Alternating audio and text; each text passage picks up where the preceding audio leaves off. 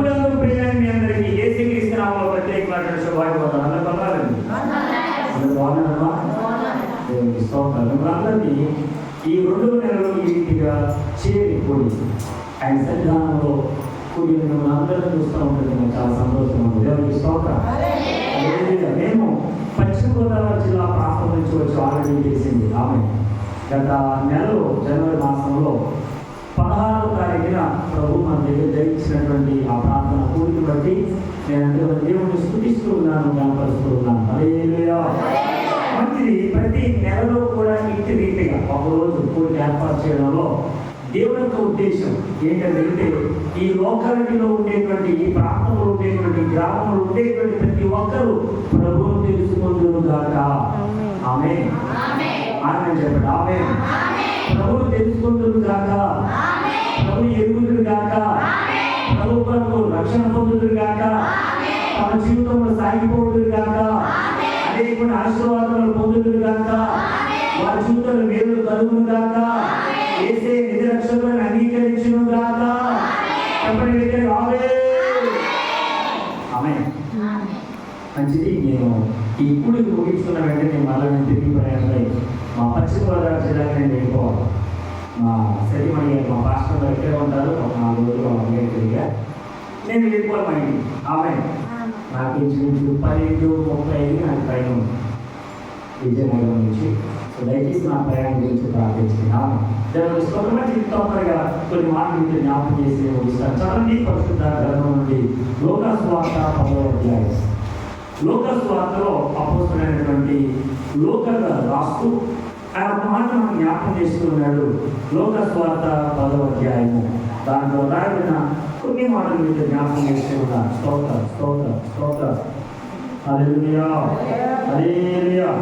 మనం జ్ఞాపకం చేస్తున్నా. చదువు మాట. స్తోత్రం. 30వ వచన భాగం. లూకా సువార్త 10వ అధ్యాయము 30వ వచన భాగం. అందుకే యేసు ఇట్లనెను, ఏమని? ఒక మనుషుడు యెరూషలేము నుండి యెరికో పట్టణమునకు దిగి వెళ్ళుచు దొంగల చేతిలో చిక్కెను. వారు అతని బట్టలు దోచుకొని అతన్ని కొట్టి కొర ప్రాణంతో విడిచిపోయేది. దేవునికి స్తోత్రం. హల్లెలూయా. ప్రభువునందు ప్రియమైనటువంటి మీ అందరికీ దేవుని వాక్కు ఏమని తెలియజేస్తున్నాడంటే, ఇక్కడ ఒక మనుషుడు ఉన్నాడు. అందరూ నాకు చెప్పండి. ఎవరున్నారు? ఒక మాట చెప్పండి. ఎవరున్నారు? ఒక మనుషుడు. ఈ మనుషుడు ఒక ప్రాంతం నుంచి మరొక ప్రాంతానికి వెళ్తున్నాడు. ఏ ప్రాంతం అడిగితే యెరూషలేము ప్రాంతం నుంచి యెరికో ప్రాంతానికి వెళ్తున్నాడు. ఆమేన్. బాగా గమనించండి. యెరికో ప్రాంతం కింద ఉంది, యెరూషలేము ప్రాంతం పైన ఉంది. చెప్పండి. యెరూషలేము ఎక్కడుంది? పైన ఉంది. యెరికో ప్రాంతం ఎక్కడుంది? కింద ఉంది. ఇప్పుడు పైన వారు కిందకు వస్తున్నారు. వీడు వారి బాబు పెట్టుకోండి. మనం జీవితంలో పైకి ఎదగాలనుకుంటామా, దిగిపోవాలనుకుంటామా? ఆమేన్. ఎదగాలనుకుంటా. మనం వృద్ధిల్లాలనుకుంటాం. ఒక్కొక్క వ్యక్తి పైకి ఎక్కాలనుకుంటాం. ఒక్కొక్క ఆశీర్వాదాన్ని పొందుకోవాలనుకుంటాం. బాగా చదివి మంచి జాబ్ సంపాదించాలని చాలా మంది యవనస్తులు చాలా ప్రయత్నాలు చేస్తూ ఉన్నారు. ఆఖరికి నేను కూడా ప్రయత్నం చేశాను. కలెక్టర్ అయిపోదామని, ఐఏఎస్ అయిపోదామని. మా నాన్నగారు ఒక కళ అన్నారు. ఏంటి ఆ కలంటే, ఒకవేళ నా కొడుకు కలెక్టర్ అయితే కనుక పేదవారికి సహాయం చేస్తాడుగా అనేటువంటి ఆలోచనతో నువ్వు కలెక్టర్ అయితే బాగుండు, లేదంటే రెవెన్యూ ఆఫీసర్ అయితే బాగుండు, ఆర్టీఓ ఆఫీసర్ అయితే బాగుండు, ఏదో ఒకటి ఆఫీసర్ అయితే బాగుండు, ఒక గవర్నమెంట్ పొజిషన్ ఉండి అనేకమైనటువంటి పేదవారికి సహాయం చేస్తే బాగుంటుందిరా, ఒక్కరోజు పని చేసినా చాలు అన్నారు. దేవునికి స్తోత్రం. కోరిక మేరకు ఒకసారి ఐఏఎస్ ఎగ్జామ్ రాశారు. మా నాన్నగారి కోరిక మేరకు ప్రార్థనతో ఎప్పుడైతే ఐఏఎస్కి అప్లై చేశానో, అప్లై చేసిన తర్వాత హైదరాబాద్ పట్టణంలో వచ్చిన నగరంలో సీటు అక్కడికి వెళ్ళి ఎగ్జామ్ రాయడానికి హైదరాబాద్ నగరానికి వెళ్ళాను. దేవునికి స్తోత్రం. ఉండేటువంటి ఆ జనాభా లెక్కలు వస్తే ఒక్కొక్క కాలేజీలో కొన్ని వేల మంది రాశారు ఐఏఎస్ ఎగ్జామ్. కొన్ని వేల మంది. ఈ వేల మందిలో ఈ అల్పుడు కూడా ఒకడు ఉన్నాడు. నేను కూడా రాశాను. ఏమో నాకు బాగా కొత్త, నాకు ఏం తెలీదు. డిగ్రీ పాస్ అయిపోయాను, వెంటనే ఐఏఎస్కి అప్లై చేశాను. వెంటనే ఏమి ప్రిపేర్ అవ్వలేదు, వెళ్ళిపోయి ఆ ఎగ్జామ్ పేపర్ తీసుకున్నాను. దేవుడు నాకు వచ్చి ఏదైతే జ్ఞాపకం వేస్తూ ఉన్నాడు, రాస్తా ఉన్నాను, ఆప్షన్స్ పెడతా ఉన్నాను. అంతా అయిపోయింది. చివరికి రిజల్ట్ వచ్చింది, ఫలితం వచ్చింది. ఆ ఫలితాలు చూసుకుంటే నా పేరు ఎక్కడా లేదు. నా పేరు ఎక్కడ ఎందుకు మాట చెప్పాను తెలుసా?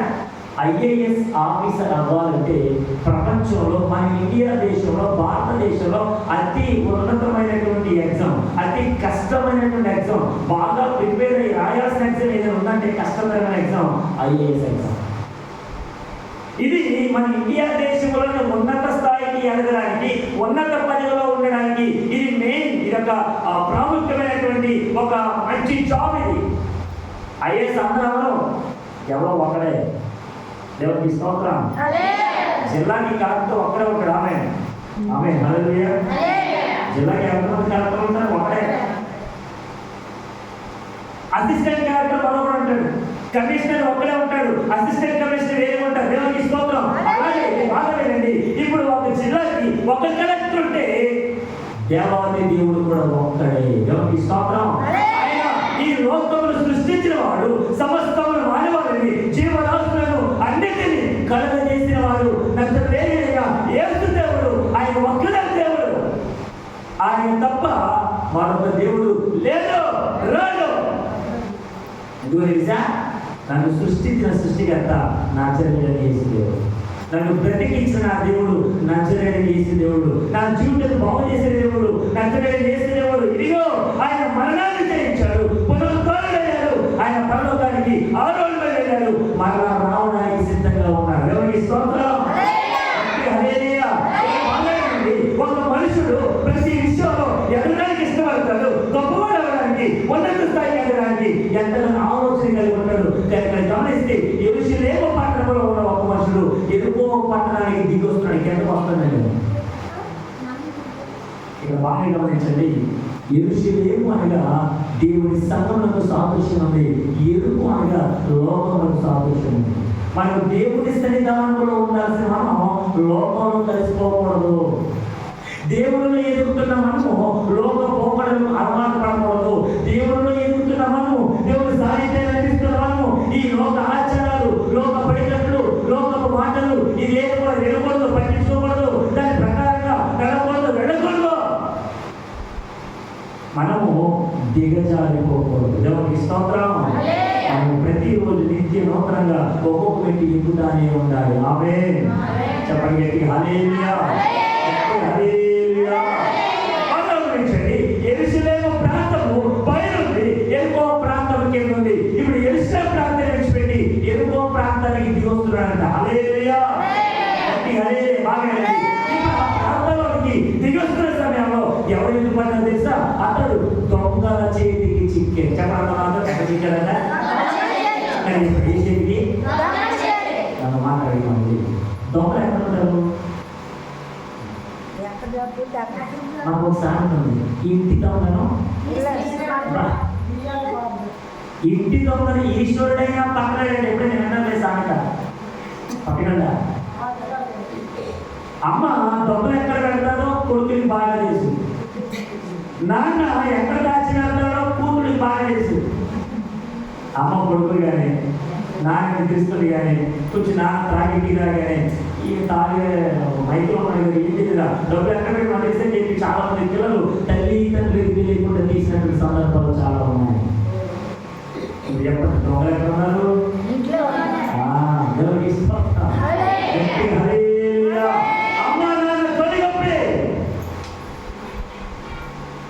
భర్త కొలిగప్పి భార్య చేసేటువంటి పనులు, భార్య కొలిగప్పి భర్త చేసేటువంటి పనులు, అనేక రకాలుగా పిల్లలు తల్లిదండ్రులకు తెలియకుండా ఎన్నో రీతిగా చెడు మార్గాలు నడుచుకునేటువంటి ఈ సమాజంలో ఎక్కడ చూసిన దొంగలు వాళ్ళెక్కడ దొంగలుగా బ్రతుకుతున్న బ్రతుకులను సరి చేసిన వాడు నజరేయుడైన యేసు దేవుడు. పాపములు కొట్టివేయడానికి మన జీవితాలను పరిశుద్ధ పరిచినటువంటి నజరేయుడైన యేసు దేవుడు. ఆయన ఒక్కడే. దేవునికి స్తోత్రం. హల్లెలూయా. ఇదివరకు చాలా వరకు మనందరినీ కూడా వేలెత్తి చూపినటువంటి సమాజమే. ఈరోజు ఇదే పరిశుద్ధ గ్రంథం చేపట్టుకొని సమాజం నడుచుకుంటూ వెళ్తే వదలండి, వదలమ్మా బాగా అనేటువంటి సందర్భాలు మనకి ఎదుగు కారణం చేసా. ఇదిగో ఈ పరిశుద్ధ గ్రంథం మన జీవితాన్ని మార్చింది. ఈ పరిశుద్ధ గ్రంథం మన జీవితాన్ని కట్టింది. ఈ పరిశుద్ధ గ్రంథం మన జీవితాన్ని తెప్పలు చేసింది. ఈ పరిశుద్ధ గ్రంథం మనల్ని మంచి త్రోవలో నడిపించింది. ఈ పరిశుద్ధ గ్రంథం దేవుని వాక్యం, యేసు వాక్యం మనందరూ కూడా సరిచేసింది. మన కుటుంబాన్ని కట్టింది. దేవునికి స్తోత్రం. చెప్పండి హల్లెలూయా. బాగండి. ఇప్పుడు యెరూషలేము ప్రాంతాన్ని విడిచిపెట్టి యెరికో ప్రాంతానికి వస్తున్నప్పుడు ఇతను ఏం చేశాడంటే దొంగల చేతికి చిక్కుపోయాడు. దేవునికి స్తోత్రం. గమనించదగిన విషయం ఏంటంటే యేసు ప్రభువుని విడిచిపెట్టి, దేవుని శరీరాన్ని విడిచిపెట్టి, దేవుని యొక్క మాటను విడిచిపెట్టి, దేవుని యొక్క మాటను పెడచెవిని పెట్టి ఇష్టానుసారంగా బ్రతుకుతుంటే మనం కూడా దొంగ అనేటువంటి సాతానుల చేతికి చిక్కుపోతాము. వారి చేతుల నుంచి విడిపించగలరు యేసు ఒక్కడే. మరి చిక్కుపోకుండా ఉండాలంటే యేసు ప్రభుత్వం మనం రావాలి. దేవునికి స్తోత్రం. యెరూషలేములో ఉంటే బాగుండేదేమో, యెరూషలేములో ఉంటే మంచిగా ఉండేవాడేమో. కానీ యెరూషలేము ప్రాంతాన్ని విడిచిపెట్టి యెరికో ప్రాంతానికి వస్తున్నప్పుడు దొంగల చేతికి చిక్కిపోయాడు. దేవునికి స్తోత్రం. గమనించండి.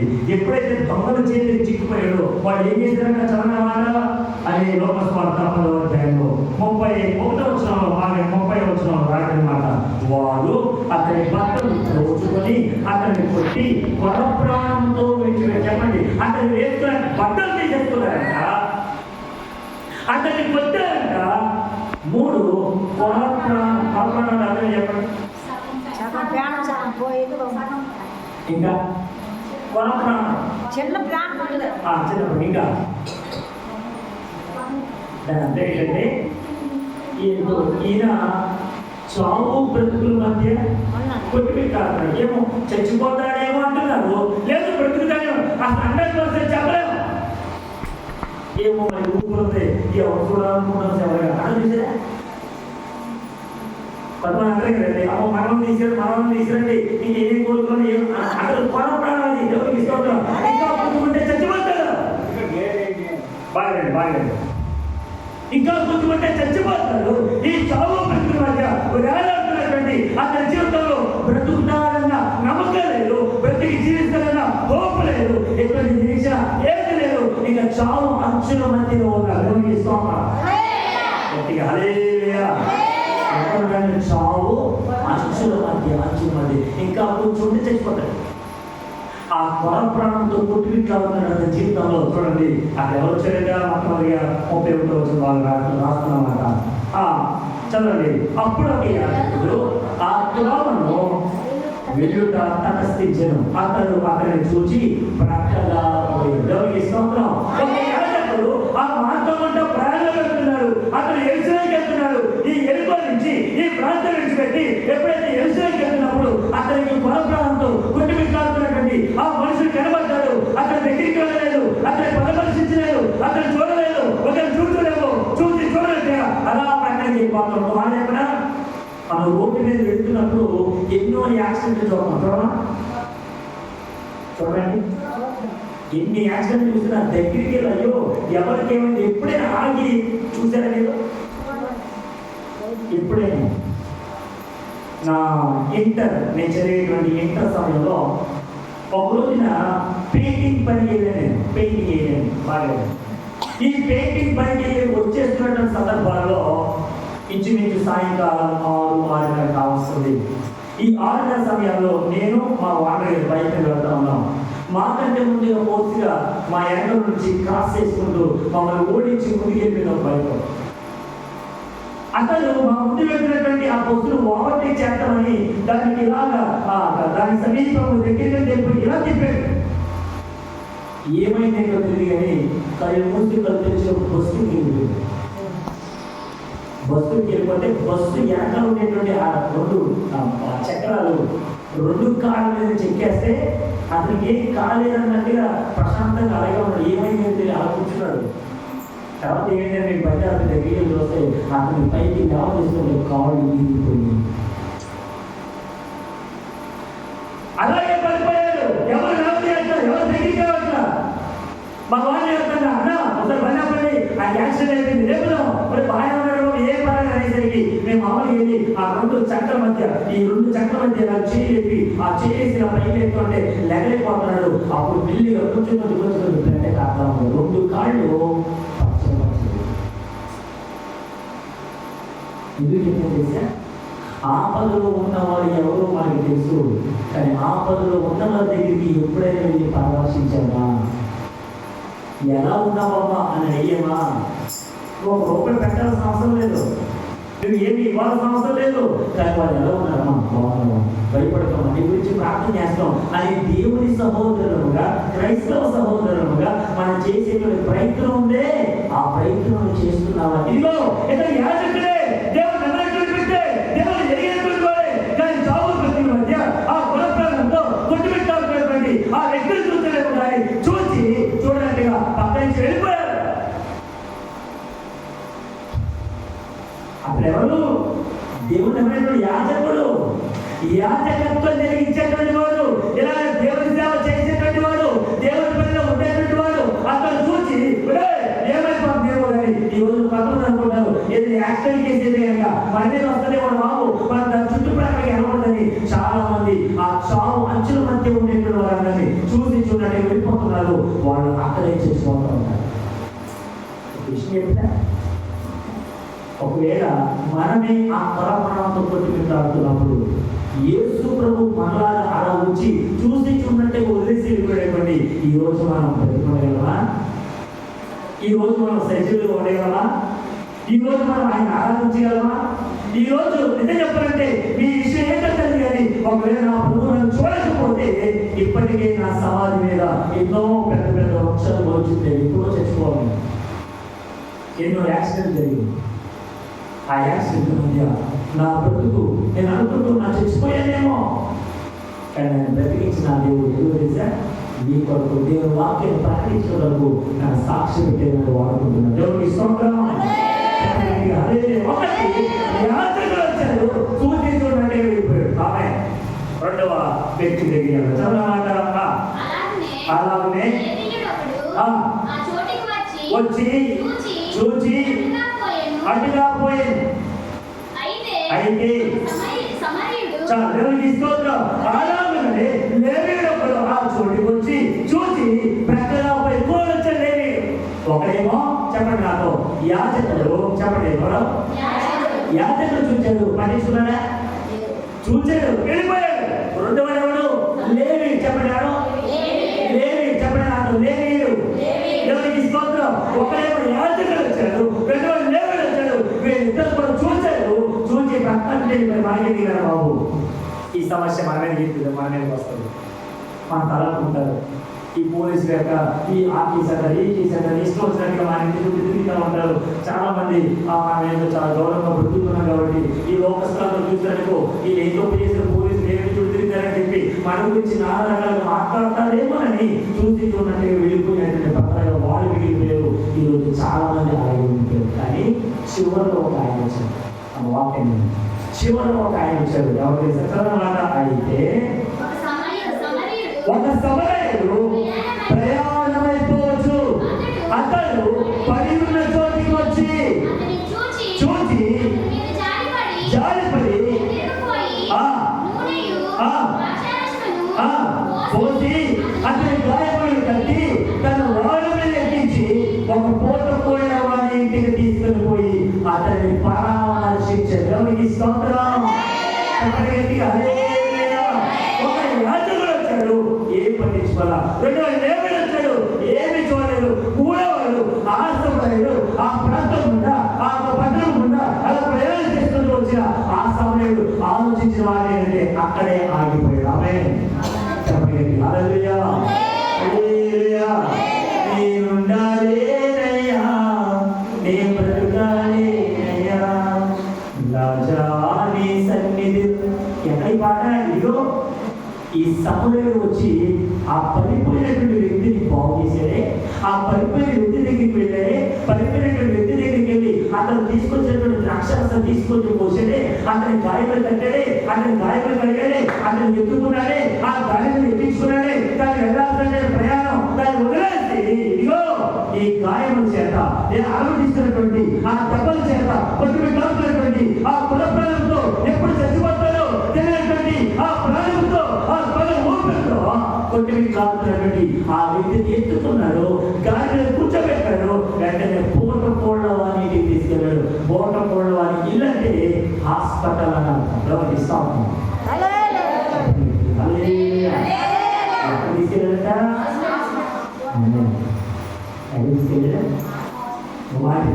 ఇప్పుడు పోటు కోళ్ళ వారి ఇల్లు హాస్పిటల్ అయితే, ఇప్పుడు పోటు కోళ్ళ వారి ఇల్లు ఏంటంటే దేవుని సన్నిధి. దేవునికి స్తోత్రం. దేవుని దేవాలయం. దేవునికి స్తోత్రం.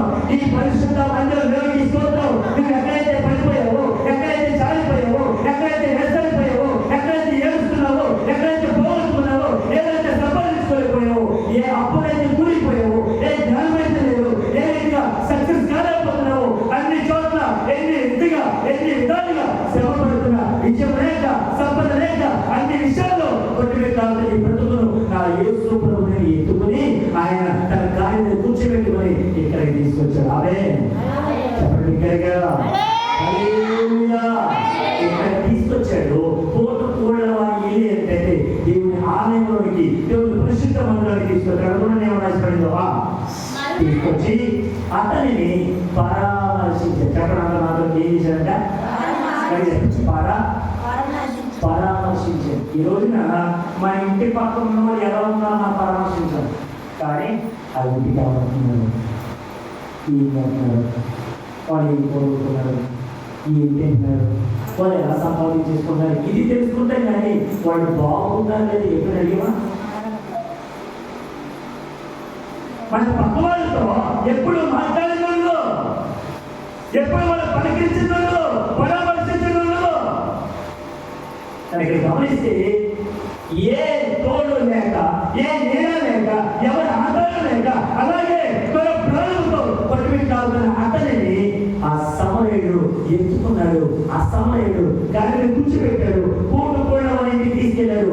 అతన్ని పరామర్శించాడు. దేవునికి స్తోత్రం. చెప్పండి హల్లెలూయా. ఒకటి ఆ యేసే సమరయుడు. ఈ సమరయుడు యేసు ప్రభు పడిపోతున్నటువంటి నన్ను, జారిపోతున్నటువంటి నన్ను తన ప్రాణంతో కొట్టిపెట్టాల్సిన నా జీవితాన్ని చూశాడు. నా దగ్గరికి వచ్చాడు, నన్ను హత్తుకున్నాడు, నా గాయములు కట్టాడు, నా గురించి ప్రతి అవసరత ఆయన తీర్చాడు. ఆయన ఆలయంలో నన్ను ఉంచాడు. దేవునికి స్తోత్రం. నన్ను పరామర్శించడానికి వచ్చాడు. నన్ను పరామర్శించడానికి వచ్చాడు. నన్ను పాటించడానికి వచ్చాడు. దేవునికి స్తోత్రం. హల్లెలూయా. హల్లెలూయా.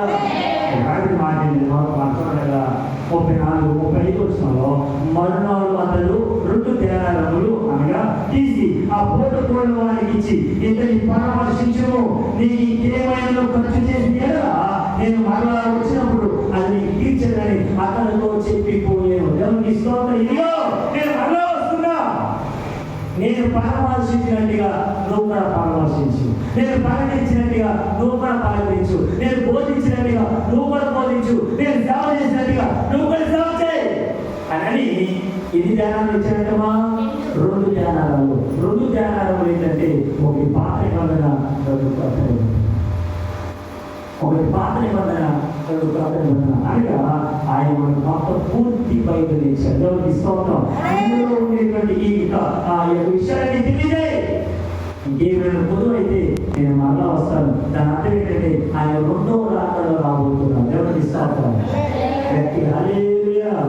ఈ సన్నిధానములో సంపూర్ణ సంతోషం నిన్నారాధించుకొని ఇరువైన ఆకాశం కోల్పోయినావని నాకు ఇచ్చుటకును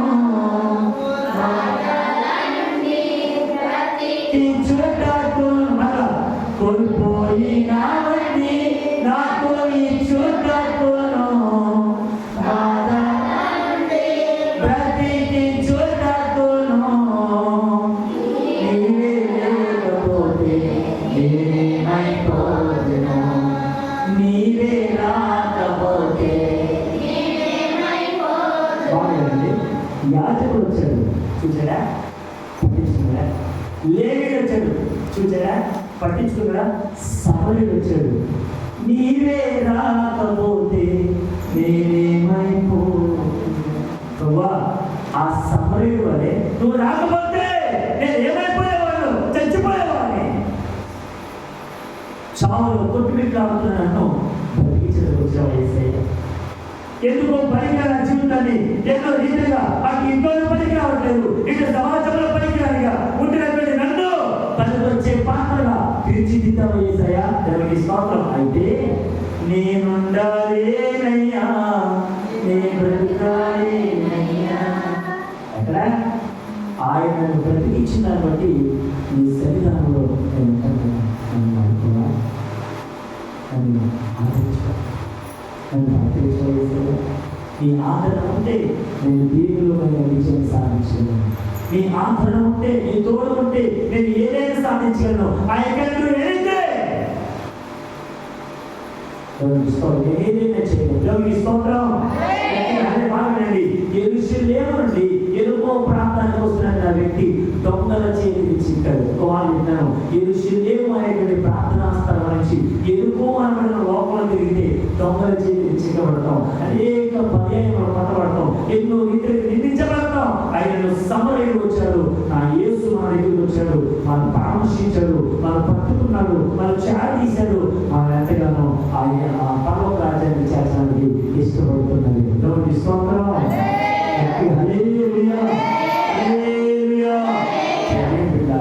ఈ మాటను బట్టి నేను ముగిస్తున్నాను. నువ్వు ఎక్కడున్నావు? ఎక్కడ పడిపోయావు? ఏ దొంగల చేతికి చిక్కుపోయావు? ఎవరు నేను ప్రేరేపిస్తున్నారు? దేవుని సన్నిధికి రాకుండా, దేవుని మాటలు వినకుండా, దేవుని ఆలయంలో ఉండకుండా ఇష్టానుసారంగా బయట తిరగడానికి ఇష్టపడుతున్నావే? ఎవరిచ్చారా ఆజ్ఞ? ఎవరిని లోపరుచుకున్నారు? ఎవరిని పిలుస్తున్నారు? నువ్వు ఎవరి మాట వింటున్నావు? దుష్ట సాంగత్యము మంచి నడవని చేరుతున్నావు. ఈ రోజున ఎవరు సాంగత్యం చేస్తున్నావు? దొంగల చేతికి చిక్కిపోయిన అతడిని సమరయుడు కాపాడాడు. దొంగల చేతికి చిక్కినటువంటి మానవులను సమరయుడు అనేటువంటి యేసు ప్రభు వచ్చి మనం చేరదీశాడు. చేరదీసి యేసు దగ్గరికి వద్దాం. చేరదీసినటువంటి యేసు ప్రభు మాట విందాం.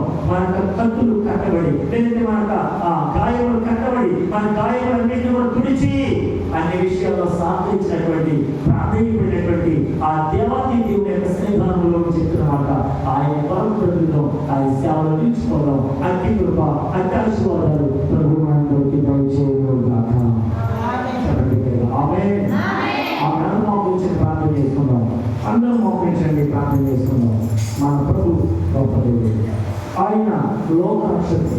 నా యేసు మనందరినీ ప్రేమించిన వాడు. నా యేసు మనందరి కొరకు ప్రాణం పెట్టిన వాడు. యేసు క్రీస్తు అందరికీ ప్రభువు. ఆయన ఒక కులానికో, మతానికో, వర్గానికో దేవుడు కాదు.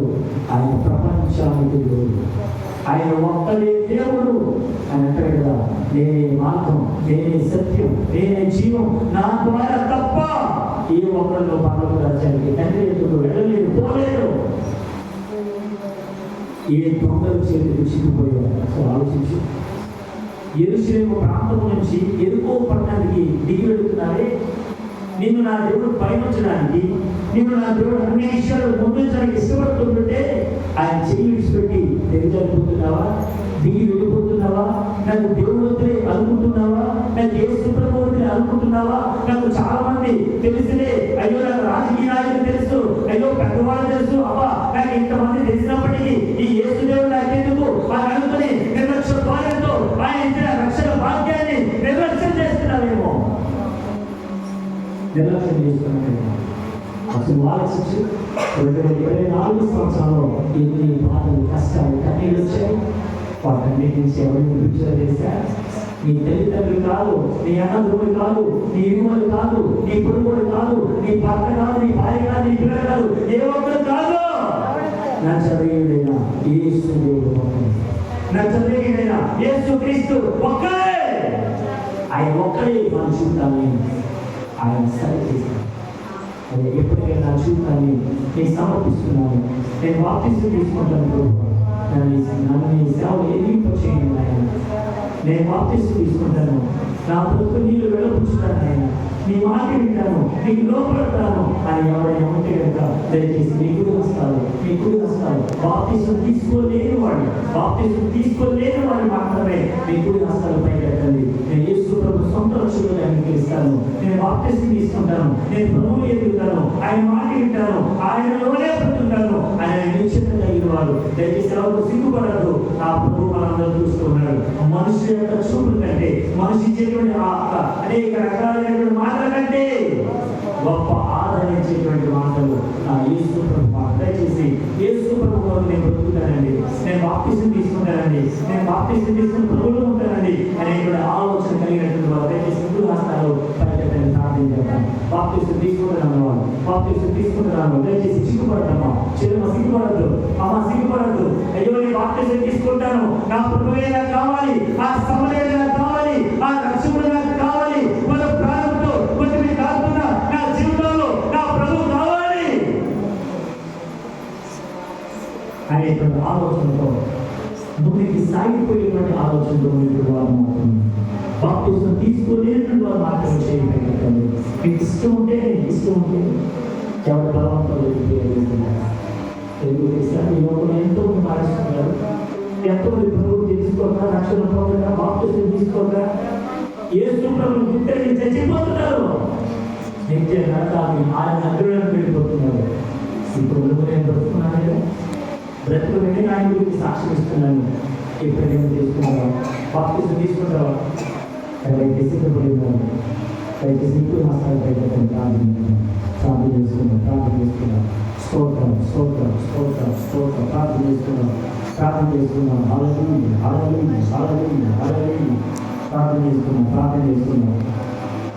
మమ్మల్ని ప్రియుగా ప్రేమించిన మా ప్రియ ప్రభువు తండ్రి, ఈ ఘనమైన పాపలకు వందనం చేసుకుంటూ స్తోత్రం చేస్తున్నాం. వరకు ఈ సచివాలయంలో ఆశ్రయం కల్పించి బ్రతికించిన విధానం బట్టి నీకు వందనాలు. వచ్చిన వాళ్ళందరికీ దీవించండి, రాలేటువంటి వారికి మరో కలిగించిన ఆయన. అయ్యా నీ మాటలు విన్నా మేమందరూ తండ్రి నీ సన్నిధానంలో ఒక తీర్మానం తీసుకుని ముందుకు సాగిపోతున్నాం. ఆయన మా ప్రియ యవనస్తులు చేరి నాయన పెద్దవారు బాప్తిసం తీసుకోవడానికి ముందుకు వచ్చినారు. ఆయన బిడ్డలతో ప్రార్థన చేస్తున్నాం. నేను యవన జీవితానికి ప్రభావ నీ చేతులకు సమర్పిస్తున్నాం. నాయన మీరే సహాయం చేయండి. వారి చదువులోనైనా అవి వారు చేస్తున్నటువంటి ప్రతి పనిలో నీ సహాయం అందించండి. నాయన సాతాను నాయన ఎత్తబడినటువంటి ఈ విత్తనం తండ్రికి ఎత్తుకొని పోకుండా సహాయం చేయమని ప్రార్థన చేస్తున్నాం. నాయన యాజకుడు అని కాకుండా, లేవీయుడు అని కాకుండా, ఒక సమరయుడు అని మేము కూడా అనేకమైన అందరూ ప్రాణ భయంతో కొట్టుమిట్టాడుతూ ఆయన చచ్చిపోవడానికి, ఉరి వేసుకోవడానికి, నాయన ఆత్మహత్య చేసుకొని సిద్ధపడినటువంటి వారందరూ కొరకు ప్రార్థన చేస్తున్నాం. వారి కుటుంబాన్ని మీరు కట్టండి, వారి జీవితాన్ని మీరు కట్టండి. అవి వారి మనోవేదనను తొలగించిన ఆయన ఆత్మీయ ఆరాధన వారిలో ఎదుగుదలకు సహాయం చేయండి. నీకు వందనాలు చేస్తూ మా ప్రార్థన గురించి ప్రార్థన కొరకు దయచేయమని వారందరూ దీవించండి. ప్రతి నెల ఈ రీతిలో జరుగుతున్నటువంటి ఈ సువార్త పూడికి బట్టి నీకు వందనాలు చేస్తూ దాన్ని ఎవరికందరినీ పట్టుదల నడిపించండి. వారానికి వరకు పిలిచాను ఆయన మా తండ్రి నా వరకు పిలిచాను. ఇంకో వచ్చినటువంటి నాయన చెల్లి సరిగా వరకు కొరకు ప్రార్థన చేస్తున్నాను. ఇంక మరి కొంతమంది ఆయన సహోదరు వాళ్ళందరూ కొరకు ప్రార్థన చేస్తున్నాను. మీరు దీవించండి, బలపరచండి. సమస్త ఘటనలను మా ప్రభువు ప్రార్థిస్తూ యేసు క్రీస్తు పరిశుద్ధ నామములో అడిగి పొందుకుని ఉన్నాము మా పరమ తండ్రి. చెప్పండి ఆమేన్, ఆమేన్. నేను మా తండ్రి ప్రేమ ఆయన కుమారుడు యేసు క్రీస్తు పరిశుద్ధాత్మకమైన సహవాసం ఎంతో మార్గంలో సకల పరిశుద్ధులను ప్రతి నెల జరుగుతున్న ప్రార్థనకు స్వార్థకు బట్టి నా దేవాలయంలో మన నామములు నడిపించువాడును గాక. ఆమేన్, ఆమేన్, ఆమేన్. ప్రభు స్తోత్రాలు మీ అందరితో